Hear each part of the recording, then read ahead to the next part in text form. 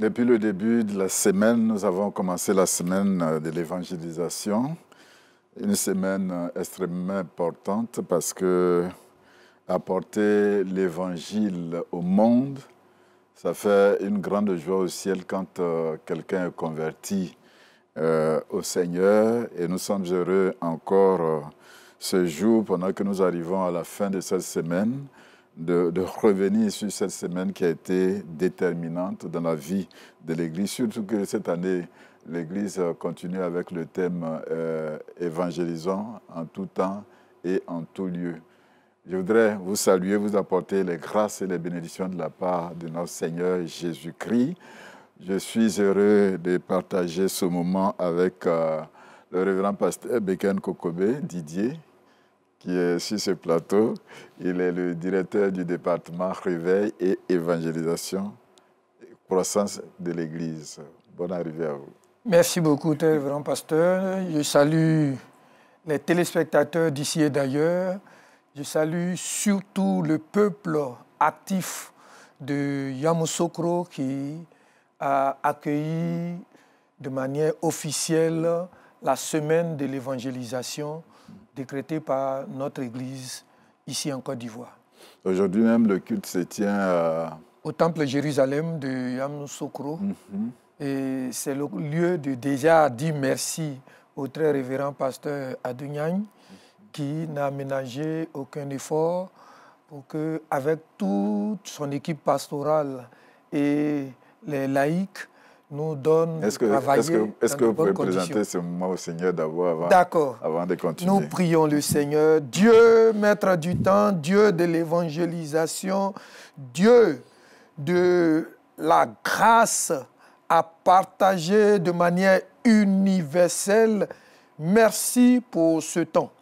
Merci pour ce plateau. Merci pour cette possibilité que tu nous donnes de rentrer dans ta présence et d'être des canaux par lesquels tu apportes la restauration, le renouvellement, la bonne nouvelle à l'humanité entière. Gloire et honneur te soient rendus parce que ce temps d'antenne monte vers toi comme un parfum d'agréable odeur. Au nom puissant de Jésus-Christ, notre Rédempteur.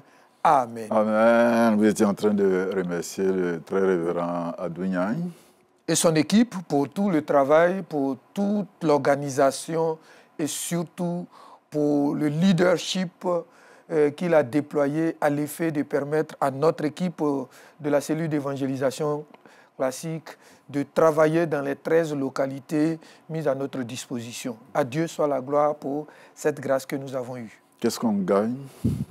Qu'est-ce qu'on gagne? Alors, on gagne la joie du ciel, on gagne la mission accomplie qui nous apaise parce que, vous savez, tant que ce n'est pas réalisé, c'est un projet et on est sur le qui-vive. Et quand Dieu nous permet, depuis le dimanche passé, donc dimanche 10, jusqu'à ce que nous soyons aujourd'hui dimanche 17, que Dieu nous donne de réaliser que tout à l'heure, nous allons rentrer dans le temple pour faire monter vers Dieu des hymnes, des psaumes, nous ne pouvons qu'être heureux et heureux de faire monter vers Dieu des accents reconnaissants. L'évangélisation coûte très cher. Ah oui, l'évangile est gratuit. On prêche l'évangile, mais l'évangélisation, dans la dimension des canaux à utiliser, dans la dimension des villes à atteindre, des hameaux à visiter, à parcourir, cela nécessite la logistique.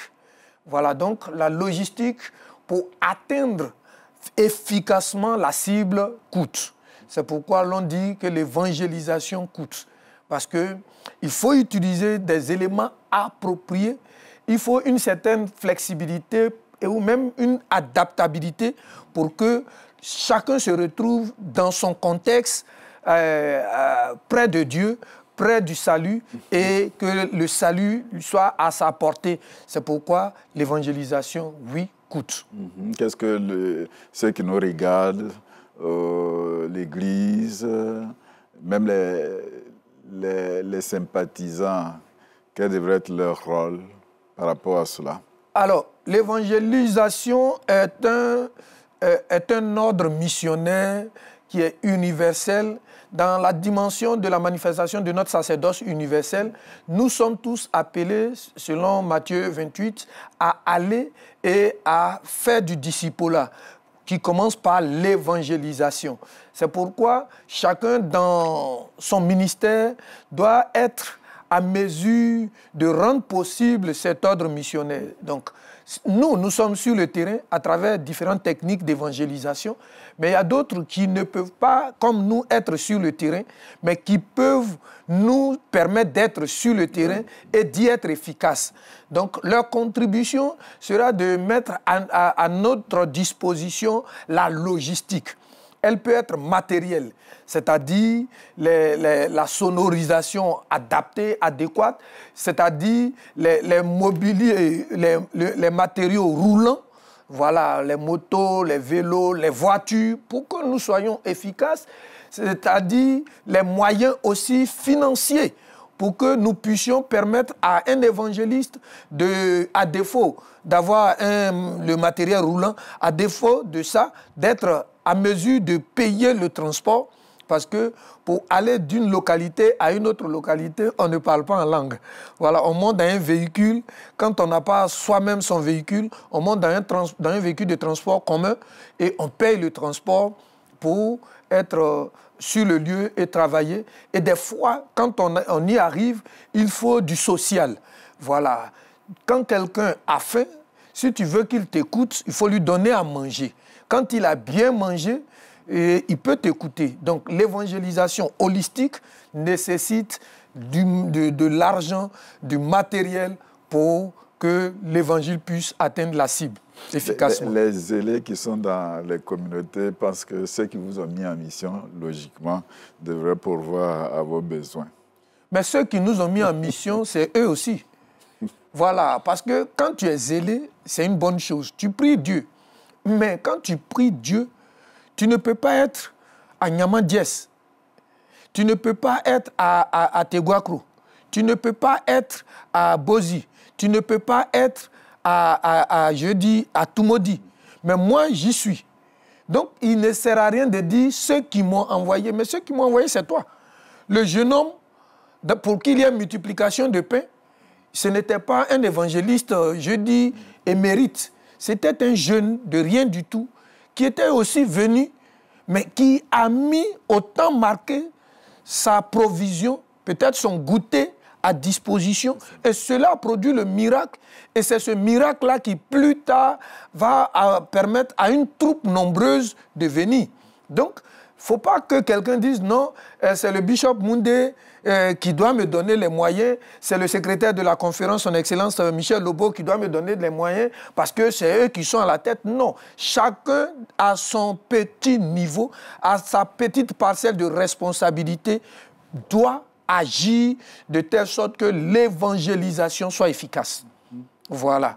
Donc, il ne faut pas rester dans son confort, il faut sortir de sa zone de confort pour aider les évangélistes sur le terrain à être efficaces. Mais aussi, il y a ceux qui font le blocage.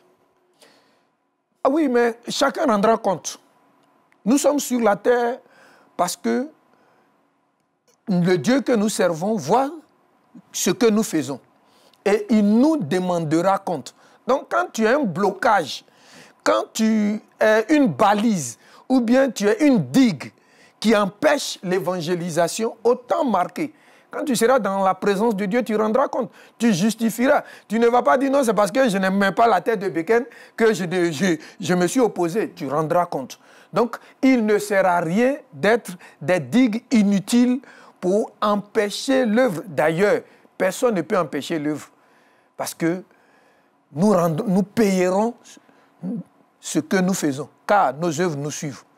Voilà. Donc, quelle œuvre mènes-tu et réalises-tu? Et quelles sont les œuvres qui vont te suivre? Si c'est une œuvre de rébellion, tu rendras compte. Les rebelles, on connaît leur sort, on connaît leur lieu d'éternité. Il ne sert à rien d'être un obstacle. La Bible dit, le malheur peut arriver, ou bien le scandale peut arriver, mais malheur à celui par qui cela arrive. Donc, il ne faut pas que tu sois un scandale pour l'évangélisation. Tu rendais grâce au Seigneur par rapport à ce thème que l'Église a choisi depuis l'année dernière jusqu'à encore aujourd'hui. Oui, c'est une grâce pour nous, pour le département que je préside, de voir que l'Église, je ne dirais pas nous fait la part belle, mais l'Église nous met en mission en nous ajoutant tous les groupes constitués. Voilà, pour que cela soit efficace. Je sais qu'au sortir des États généraux, nous allons changer de paradigme dans l'évangélisation, mais pour l'heure, je bénis le nom du Seigneur. Parce que hier, c'était notre structure, hier, c'était la cellule d'évangélisation classique, hier, c'était Christ Academy, hier, c'était l'ONG Groupe Mission Victoire, mais aujourd'hui, c'est y compris l'écodim, c'est la jeunesse, ce sont les femmes, ce sont les choristes, donc tout mouvement spirituel de l'Église est appelé à nous épauler, à nous précéder même par moments sur le terrain et dans sa sphère de ministère d'agir en termes d'évangélisation. Donc, à Dieu soit la gloire pour notre Église qui a reçu cette vision et qui l'a reconduit encore pour cette année. En reconnaissant ce thème, certainement l'Église veut voir que toutes les communautés soient engagées dans le sens de l'évangélisation. Oui, oui, oui, on ne le dira jamais assez. L'Église a reçu certainement la révélation que les fêtes doivent se multiplier au ciel. Parce que quand une âme est gagnée, il y a une fête au ciel. Donc l'Église veut qu'il y ait une multiplication de fêtes au ciel. C'est pourquoi tu dois être un acteur dans cette révélation. Tu dois t'approprier cette révélation que l'Église reconduit pour que toi aussi, quand tu arrives au ciel, on dise, voici les âmes qui ont été gagnées par le truchement de ton ministère, par telle action que tu avais posée, par telle prédication. Dieu a utilisé cela pour que ces âmes qui étaient condamnées, ces âmes qui allaient descendre en enfer, ont été sorties par le truchement de ton ministère. Nous prions Dieu que nous soyons tous efficaces dans la manifestation de nos ministères personnels. C'est important que les personnes comme Ibrahim attendent la parole de Dieu. Il est heureux de dire qu'il est musulman, mais il nous écoute. Et donc, s'il n'y a pas cette occasion, il ne peut pas entendre l'Évangile. Il ne peut pas entendre l'Évangile. Ibrahim, merci beaucoup. Que la grâce de Dieu continue de t'assister. Mais je prie que la grâce de Dieu soit sur ton foyer, sur ta maison, pour que tu sois une référence de l'œcuménisme, mais surtout que tu sois comme nous, disciples du Seigneur. Il me disait qu'il a dit à son épouse, avant que tu n'arrives, je regardais déjà cette émission à cause des thèmes qui sont abordés. Alléluia. On salue son épouse. Bonne continuation. Voilà. Madame, voilà, il faut l'accompagner dans cette mission. Voilà. Et au niveau du département, bon, on parle il y a plusieurs entités. Nous avons affaire à la cellule de l'évangélisation classique, mais il y a d'autres cellules. Oui, le département Réveil, Évangélisation et Croissance a 4 niveaux. Voilà, il y a 3 niveaux d'évangélisation pure, c'est-à-dire la cellule d'évangélisation classique avec Mme Béquet et le pasteur Zamblé et toute l'équipe qui a pour quartier général à Bobacro, voilà, la cité Crème. Et cette structure travaille dans la formation des évangélistes pour les différentes techniques d'évangélisation. Voilà, donc on a la semaine où il y a les porte-à-porte, où il y a la prédication à la chair, où il y a la prédication dans les rues, dans les carrefours, dans les marchés, etc., etc. Et puis plus tard, nous allons passer à une autre phase qui consistera à former des gens à la cité Crème à Bobacro. Ce sera une semaine après aujourd'hui, donc du 24, je crois, au 30 août. nous aurons notre camp, que nous appelons le camp, Merci, méthodiste pour la restauration de la Côte d'Ivoire.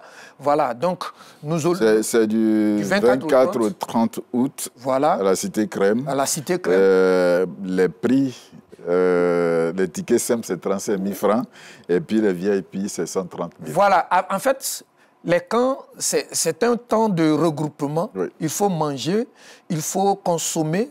Voilà, l'électricité, l'eau, donc la participation pour nous aider à ne pas, après votre passage, qu'il y ait coupure d'électricité, coupure d'eau.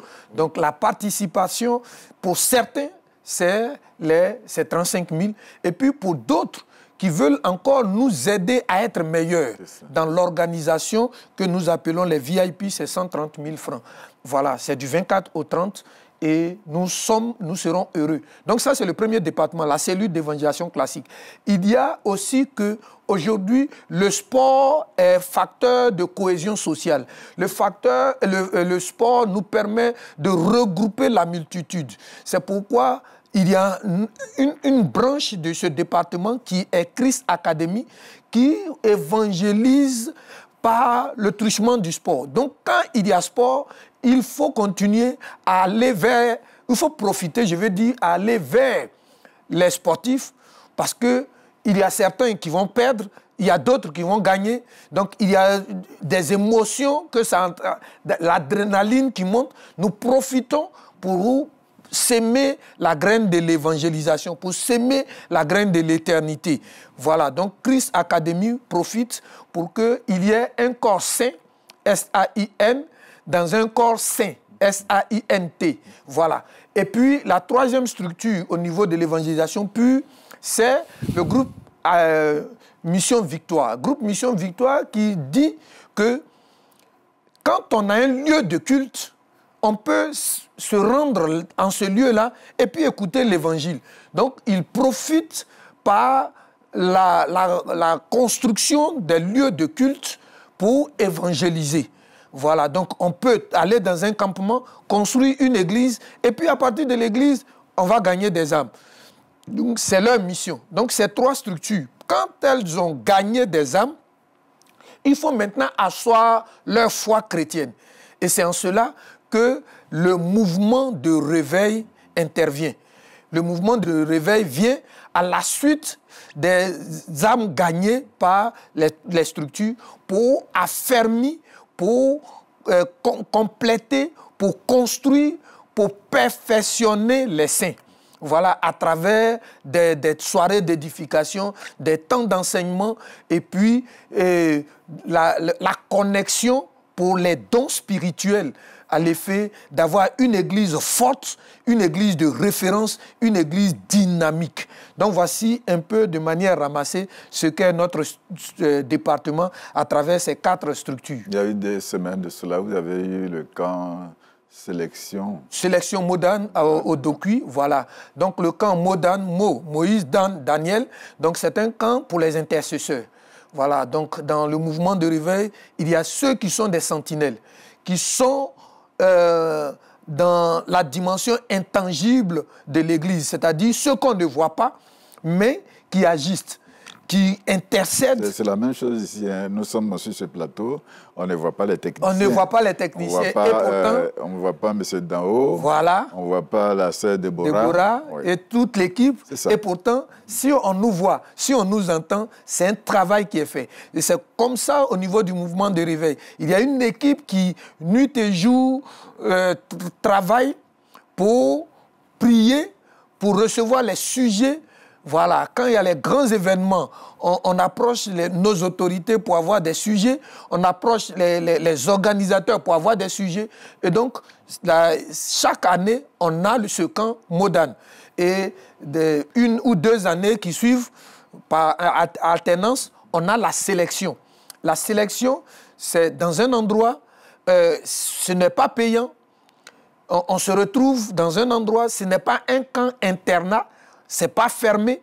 Donc, on vient le matin, on est nourri, on rentre à la maison, on revient le soir jusqu'à une semaine pour clôturer par une grande veillée. Et cette année encore, par la grâce de Dieu, et je profite pour dire un grand merci au très révérend doctorant Daniel Conan, surintendant du district d'Abobo, et le pasteur principal et Christophe Ake, qui n'ont ménagé aucun effort pour nous mettre dans un confort spirituel, liturgique, pour tenir ce camp la semaine dernière. À Dieu soit la gloire aussi pour ses serviteurs de Dieu. Pour tout cela, un appel à lancer.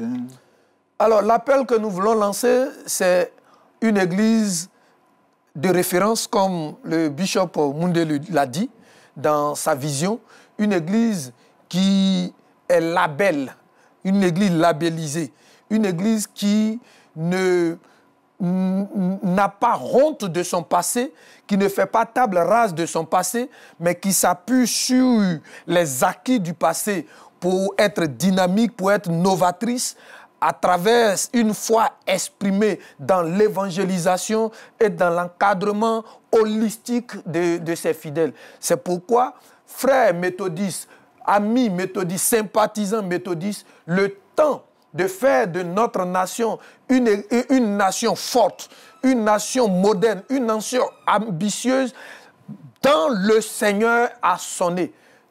Rejoignez-nous et dans la cohésion, dans le vivre ensemble spirituel, bâtissons une église forte dans une nation très dynamique. Effectivement, le bishop vous invite à son culte d'action de grâce après l'investiture, ce dimanche 24 pour rendre grâce au Seigneur avec ses parents et tous ses amis. Tout à fait, tout à fait. C'est juste dimanche prochain. Oui. Et Dieu nous permettra d'être au temple Ebenezer pour que nous fassions monter vers Dieu d'Agamé. Ebenezer d'Agamé. Pour que nous fassions, dans le district Abidjan Nord, pour que nous fassions monter vers Dieu des accents reconnaissants pour le serviteur de Dieu et pour la vision qu'il lui accorde à l'effet de réaliser cette vision. Parce qu'une chose est d'avoir une vision, mais une autre est de la réaliser. Or, notre Dieu dit, si nous sommes fidèles dans peu de choses, donc l'action de grâce, c'est de montrer notre fidélité en lui disant merci déjà de nous avoir donné ce serviteur de Dieu, comme le 10e lépreux. Nous revenons sur nos pas pour lui dire merci, à l'effet maintenant de donner toute l'onction et toute la dynamique qu'il faut, les ouvriers qu'il faut, le capital humain qu'il faut pour la réalisation de la vision. C'est aussi cette grâce que vous avez parce que il y a encore 2 semaines, vous avez fait les pas comme le président Félix Houphouët-Boigny depuis le temple des béatitudes au stade Félix Houphouët-Boigny. Oui. C'était le 6 août dernier.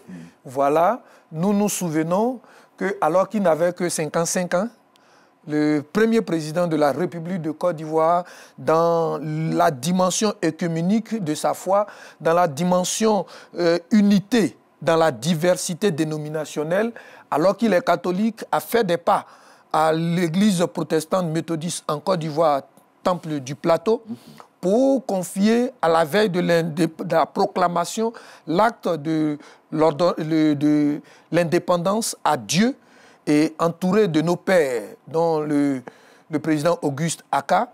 Il a reçu l'onction, il a marché pour aller à l'actuelle Assemblée nationale avant de se rendre au stade Géo-André où le peuple devait vivre ce temps. Stade Félix Houphouët-Boigny. Voilà, l'actuel stade Houphouët-Boigny. Donc nous, 65 ans après, nous avons, dans la célébration du centenaire de notre Église, nous avons fait les pas inverses, c'est-à-dire du stade, de l'Assemblée nationale au stade jusqu'à notre temple, les béatitudes, pour faire monter vers Dieu à travers un culte d'action de grâce, notre reconnaissance pour l'action prophétique. Quel est le souvenir que cela arrivait pour que vous puissiez faire ce processus?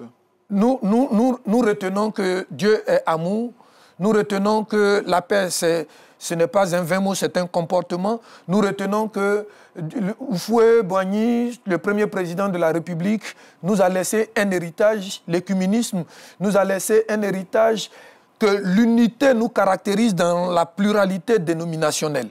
Voilà. Ce n'est pas parce que je suis méthodiste que je dois mépriser ou haïr les autres dénominations. Nous sommes appelés à vivre ensemble aussi bien de manière spirituelle que de manière sociale. C'est pourquoi nous retenons que nous avons une nation bénie, une nation d'hospitalité, et nous devons préserver ces acquis-là dans l'expression de notre foi chrétienne. Une nation qui se repose sur la foi. Une nation bâtie sur la foi, une nation bâtie sur le roc Jésus-Christ.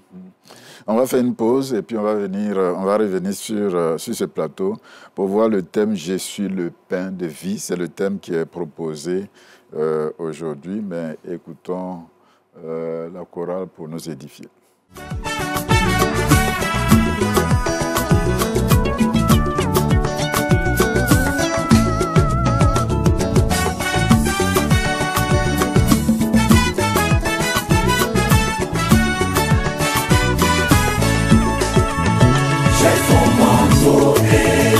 Jésus,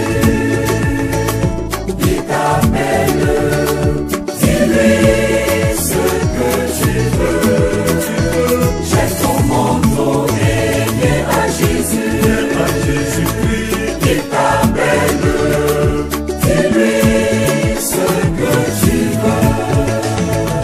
Active, je veux voir et son miracle s'est produit. Si tu le crois, tu verras sa gloire. Active, je veux voir et son miracle s'est produit. Toi aussi, si tu le crois, tu verras sa gloire.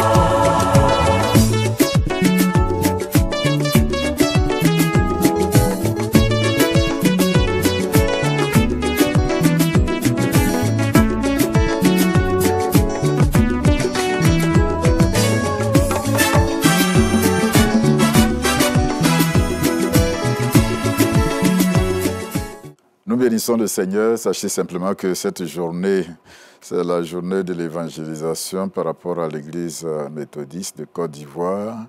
Nous le disions tantôt que le thème que l'église propose, je suis le pain de vie.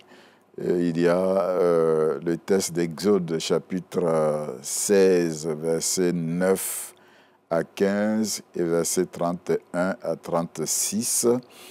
On va d'abord le lire, ensuite on lira 1 Corinthiens chapitre 11, versets 23 à 29, et l'évangile de Jésus-Christ selon l'évangéliste Jean, au chapitre 6, versets 31 à 40. Nous avons le temps, nous pouvons les lire. J'espère que vous avez votre Bible et vous suivez avec nous. Exode chapitre 16, versets 9 à 15 et ensuite versets 31 à 36. Il est écrit ceci. Moïse dit à Aaron, dit à toute l'assemblée des enfants d'Israël, approchez-vous devant l'Éternel, car il a entendu vos murmures. Et tandis qu'Aaron parlait à toute l'assemblée des enfants d'Israël, il se tournait du côté du désert, et voici la gloire de l'Éternel parut dans la nuée.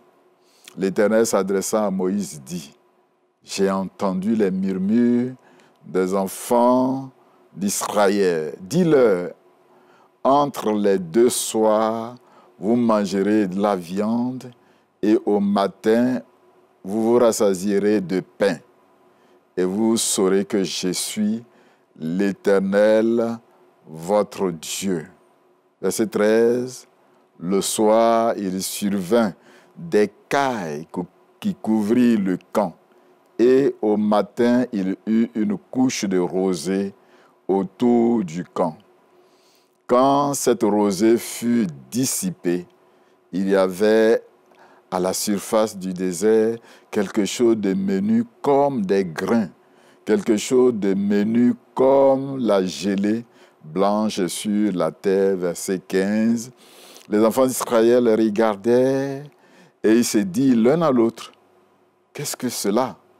Car ils ne savaient pas ce que c'était. Moïse leur dit, « C'est le pain que l'Éternel vous donne pour nourriture. » Nous allons au verset 31. Verset 31, à partir du verset 31, il est dit ceci. « La maison d'Israël donna à cette nourriture le nom de manne. Elle ressemblait à de la graine de coriandre. Elle était blanche et avait le goût d'un gâteau au miel. » Moïse dit, « Voici ce que l'Éternel a ordonné. Qu'un omer rempli de manne soit conservé pour vos descendants, afin qu'ils voient le pain que je vous ai fait manger dans le désert. Après vous avoir fait sortir du pays d'Égypte. » Et Moïse dit à Aaron, « Prends un vase, mets-y de la manne plein, un omer, et dépose-le devant l'Éternel, afin qu'il soit conservé pour vos descendants. » Verset 34, suivant l'ordre donné par l'Éternel à Moïse, Aaron le déposa devant le témoignage afin qu'il fût conservé. Verset 35, les enfants d'Israël mangeaient la manne pendant 40 ans, jusqu'à leur arrivée dans un pays habité. Ils mangeaient la manne jusqu'à leur arrivée aux frontières du pays de Canaan. Nous lisons l'épître de Paul aux Corinthiens, la première épître, chapitre 11, versets 23 à 29. « Car j'ai reçu du Seigneur ce que je vous ai enseigné. C'est que le Seigneur Jésus, dans la nuit où il fut livré, prit du pain, et après avoir rendu grâce, le rompit et dit, « Ceci est mon corps qui est rompu pour vous. Faites ceci en mémoire de moi. » De même, après avoir soupé, il prit la coupe et dit, « Cette coupe est la nouvelle alliance à mon sang. Faites ceci en mémoire de moi toutes les fois que vous en boirez. Car toutes les fois que vous mangez ce pain et que vous buvez cette coupe, vous annoncez la mort du Seigneur jusqu'à ce qu'il vienne. C'est pourquoi celui qui mangera le pain ou boira la coupe du Seigneur indignement sera coupable envers le corps et le sang du Seigneur. Que chacun donc s'éprouve soi-même et qu'ainsi il mange du pain et boive de la coupe. » Verset 29. « car celui qui mange et boit sans discerner le corps du Seigneur mange et boit un jugement contre lui-même. Amen. On va demander au révérend de lire Jean chapitre 6, versets 31 à 40. Jean chapitre 6, 31 à 40 dans la version que nous avons, il est écrit « Nos pères ont mangé la manne dans le désert selon ce qui est écrit. Il leur donna à manger du pain venu du ciel. Jésus leur dit, en vérité, je vous le dis, ce n'est pas Moïse qui vous a donné le pain du ciel, c'est mon Père qui vous donne le vrai pain du ciel. Car le pain de Dieu, c'est celui qui descend du ciel pour donner la vie au monde. » Il lui dit, « Seigneur, donne-nous toujours ce pain-là. » Jésus leur dit, « C'est moi qui suis le pain de la vie. Celui qui vient à moi n'aura jamais faim, et celui qui met sa foi en moi n'aura jamais soif. Mais je vous l'ai dit, vous m'avez vu et vous ne croyez pas. Tout ce que le Père me donne viendra à moi. Et celui qui vient à moi, je ne le chasserai jamais dehors. Car je suis descendu du ciel pour faire non pas ma volonté, mais la volonté de celui qui m'a envoyé. Or, la volonté de celui qui m'a envoyé, c'est que je ne perde rien de tout ce qu'il m'a donné, mais que je le relève au dernier jour. Verset 40. La volonté de mon Père, en effet, c'est que quiconque voit le Fils et met sa foi en lui ait la vie éternelle. Et moi, je le relèverai au dernier jour. Parole du Seigneur. Amen. Amen. J'espère que quand on a fini de lire des textes de cette façon, pour certainement aborder le thème « Je suis le pain de vie », il est intéressant qu'on aille au contexte pour permettre de situer ce thème.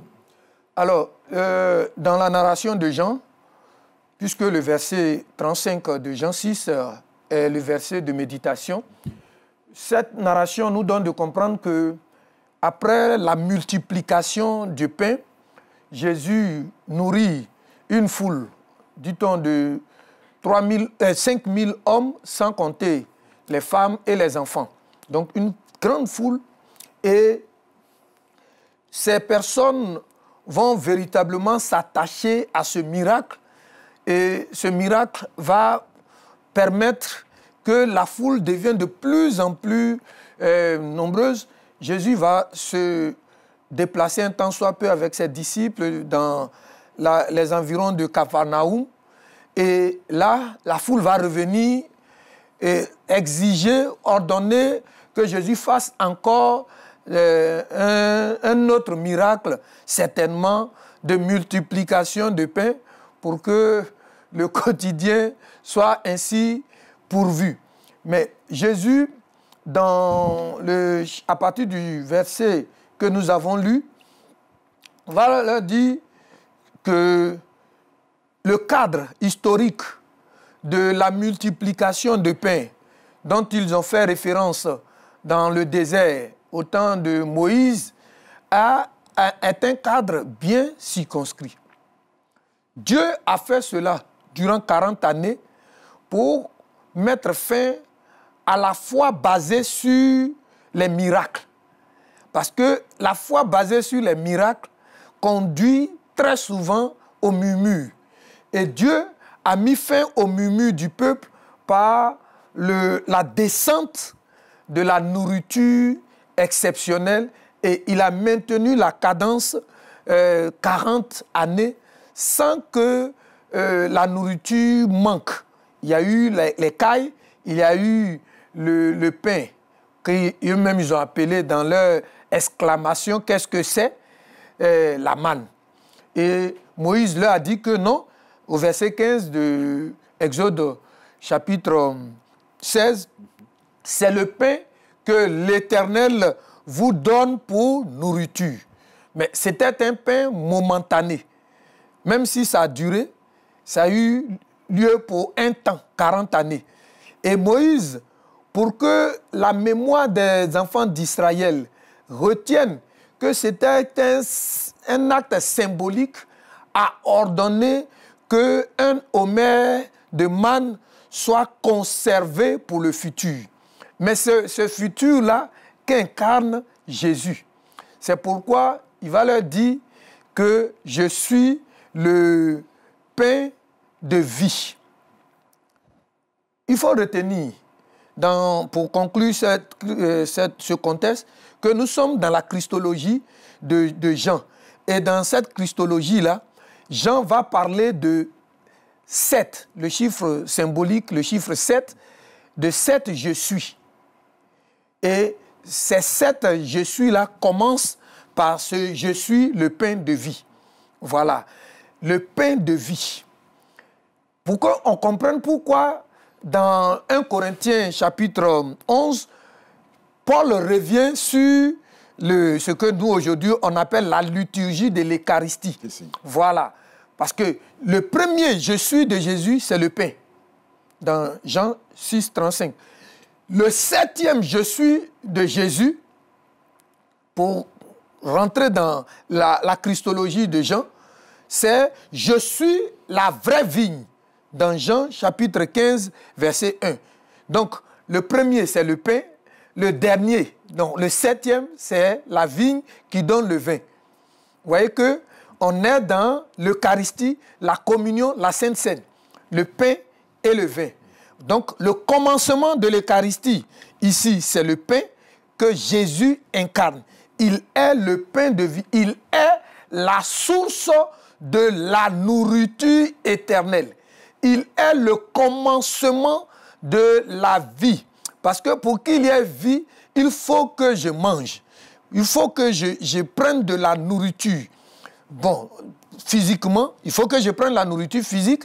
Pour qu'il y ait vie spirituelle, il faut que je prenne la nourriture spirituelle. Pour qu'il y ait vie éternelle, il faut que je prenne la nourriture éternelle. Et cette nourriture éternelle, c'est Jésus. Il le dit, ce n'est pas optionnel, c'est une déclaration très forte. Voilà déjà le contexte de notre texte. On peut continuer certainement pour voir s'il y a des éléments sur lesquels on peut se reposer en ce jour dédié à l'évangélisation. Voilà. Alors, l'évangélisation, de manière étymologique, c'est de présenter l'évangile, c'est-à-dire l'évangélion, la bonne nouvelle du salut, présenter à quelqu'un qui est en face de nous, ou bien présenter à des auditeurs, à des interlocuteurs, à des téléspectateurs, pour que, à lui de cette bonne nouvelle, ils prennent la décision. Alors, quel est le contenu de cette bonne nouvelle? C'est ce que Jésus dit qu'il est, l'être de Jésus. Qui est Jésus? Jean nous dit, premièrement, ici déjà, qu'il est le pain de vie. Un peu plus loin, il dit qu'il est la lumière du monde. Dans Jean 8, verset 12. Deuxième, je suis. Qu'il est la porte des brebis. Dans Jean 10, verset 7. Troisième, je suis. Quatrième, je suis, il est le bon berger. Il est, cinquième Jésus, la résurrection et la vie. En Jean 11, 25. Et puis, l'avant-dernière dimension, il est le chemin, la vérité et la vie. En Jean 14, 6. Et comme je l'ai dit tout à l'heure, en Jean 15, verset 1, il est la vraie vigne. Vous voyez, dans la dimension, dans la koiné, dans la version grecque, il est dit ego emi ho artos tes zoes. Ça veut dire ego emi, moi je suis. Il y a une forme d'insistance. Il ne parle pas, je dis en doutant. C'est une insistance. Moi je suis. L'être de Jésus, c'est ho artos, le pain. Pas un pain. C'est défini. Et le pain avec ce qui complète tes zoes, c'est-à-dire de la vie. Donc, Jésus est le pain de la vie. l'évangile que nous donnons, la bonne nouvelle, la nourriture que nous donnons, c'est la nourriture de la vie pour que nous soyons équilibrés. Voilà. Alors, quand nous donnons cette nourriture, il est dit dans la suite du verset 35 que je suis le pain de vie. Et puis maintenant, il y a deux verbes qui vont suivre. Dans ma version, il est dit « celui qui vient à moi ». Donc, il y a le mouvement de venir à moi, moi Jésus. Donc, et puis, il n'aura jamais faim. Et puis, celui qui met sa foi ou sa confiance. Donc, il y a deux mouvements. Quand je présente Jésus, l'évangélisation consiste à présenter Jésus, à dire qui il est. Et puis, ici, je ne parle pas de le Jésus qui fait des miracles. Voilà, donc l'évangélisation, ce n'est pas de présenter les miracles, c'est de dire qu'il y a une vie éternelle et la source de la vie éternelle, c'est Jésus. Et quand je te dis, c'est pour qu'il y ait deux mouvements de ta part. Le premier mouvement, c'est de venir à Jésus. Voilà, c'est-à-dire d'accepter cette révélation, cette présentation spirituelle, parce qu'il y a aussi des présentations scientifiques, donc il faut accepter la présentation spirituelle, et puis maintenant, mettre ta foi en ce que je dis, que Jésus est, parce que c'est une vérité pour ma part et pour notre part immuable, irrévocable. Il est le pain de vie, il a donné sa vie, il est venu pour que tu aies la vie en abondance, il est venu pour être le sacrifice propitiatoire et expiatoire, pour que tout acte qui te condamnait ne subsiste plus. Il est celui qui fait entrer pour notre part dans l'éternité à partir de la terre.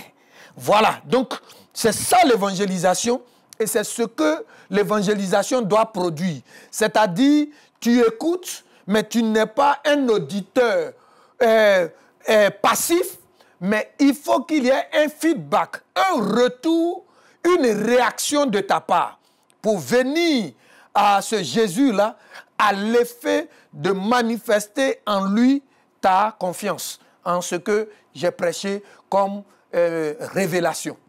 Celui qui vient, ou celui qui vient à moi, n'aura jamais faim. Et celui qui croit en moi n'aura jamais soif. C'est la pédagogie. Alors, voilà. Donc, vous voyez que l'évangélisation repose sur, je suis tenté de dire, une dyade.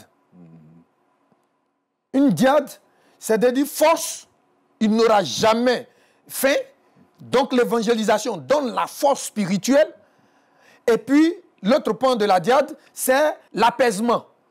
Voilà, il n'aura jamais soif. Voilà, donc l'eau. C'est-à-dire, il y a la nourriture et il y a l'eau dans l'évangile. La force et, je dis, l'apaisement. La force et l'apaisement. Voici la dyade que produit l'évangélisation, l'évangile, la bonne nouvelle. Donc quand je lance, c'est à l'effet de te donner la force pour l'éternité. Quand je lance la bonne nouvelle, c'est à l'effet de t'apaiser. Parce que aujourd'hui, les gens pensent que la science peut nous apaiser. Les gens pensent que la logistique peut nous apaiser. Les gens pensent que le matériel peut nous apaiser. Mais l'histoire et l'actualité nous montrent que de plus en plus, on acquiert le matériel et on est anxieux. Regardez les clôtures, regardez les trouvailles, les caméras qu'on met pour sécuriser le matériel qu'on a. Regardez un peu la démarche qu'on a, craintive, quand on a un portable et quand on se retrouve dans certains quartiers.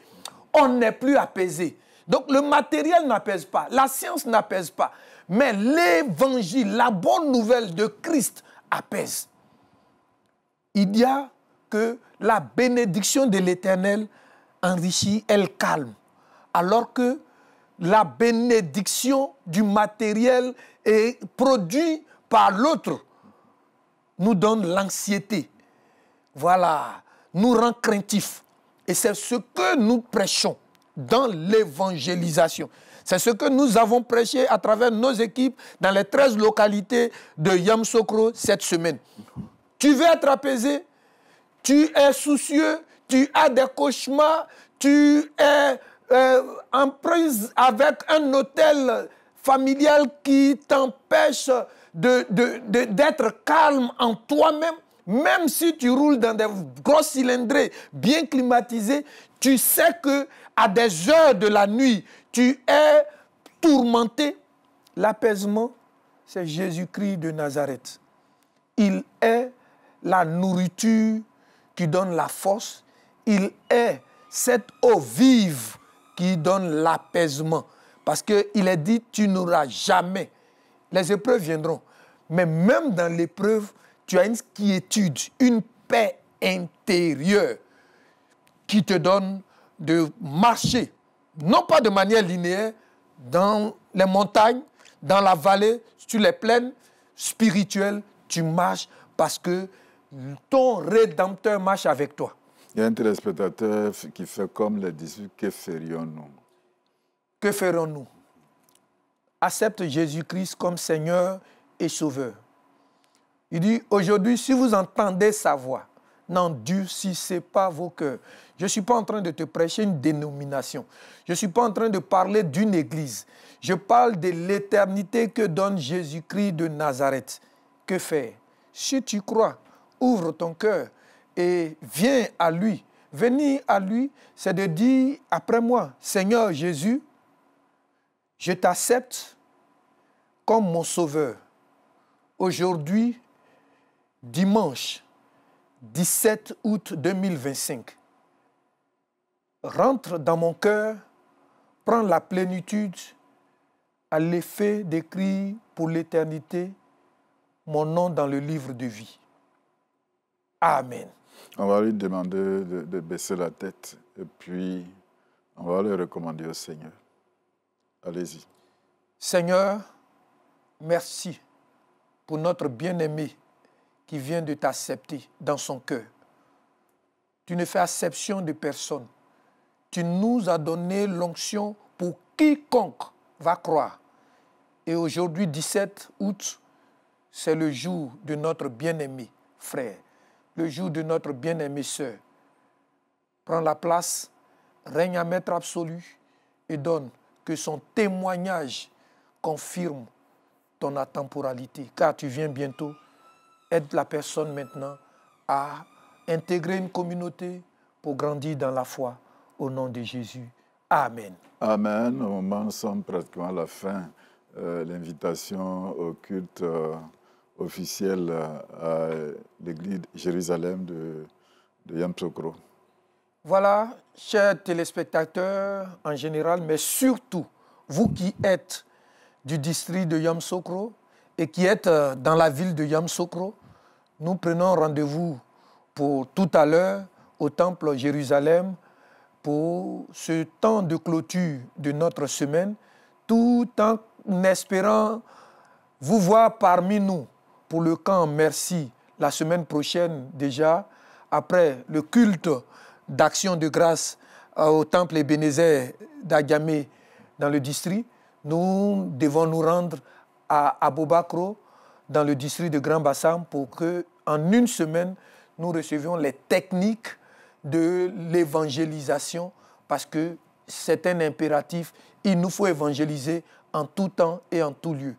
Aidez-nous à organiser par votre présence en contribuant à hauteur de 35 000 francs pour certains et surtout pour ceux que nous appelons l'onction des VIP pour nous aider à réussir 130 000 francs. Nous vous attendons pour ces différents challenges pour la gloire de notre Dieu. Le dernier mot. Nous sommes heureux. Merci très révérend pour ce plateau. Nous nous préparons pour les états généraux et puis avancer en eau profonde dans l'évangélisation holistique comme le Seigneur nous l'a recommandé au travers du sommet de notre Église. Merci pour tout et que la Shekinah de Dieu nous donne la quiétude pour avoir les genoux fléchis à l'effet de traverser le dernier trimestre de notre année en toute sérénité, car notre Dieu règne encore.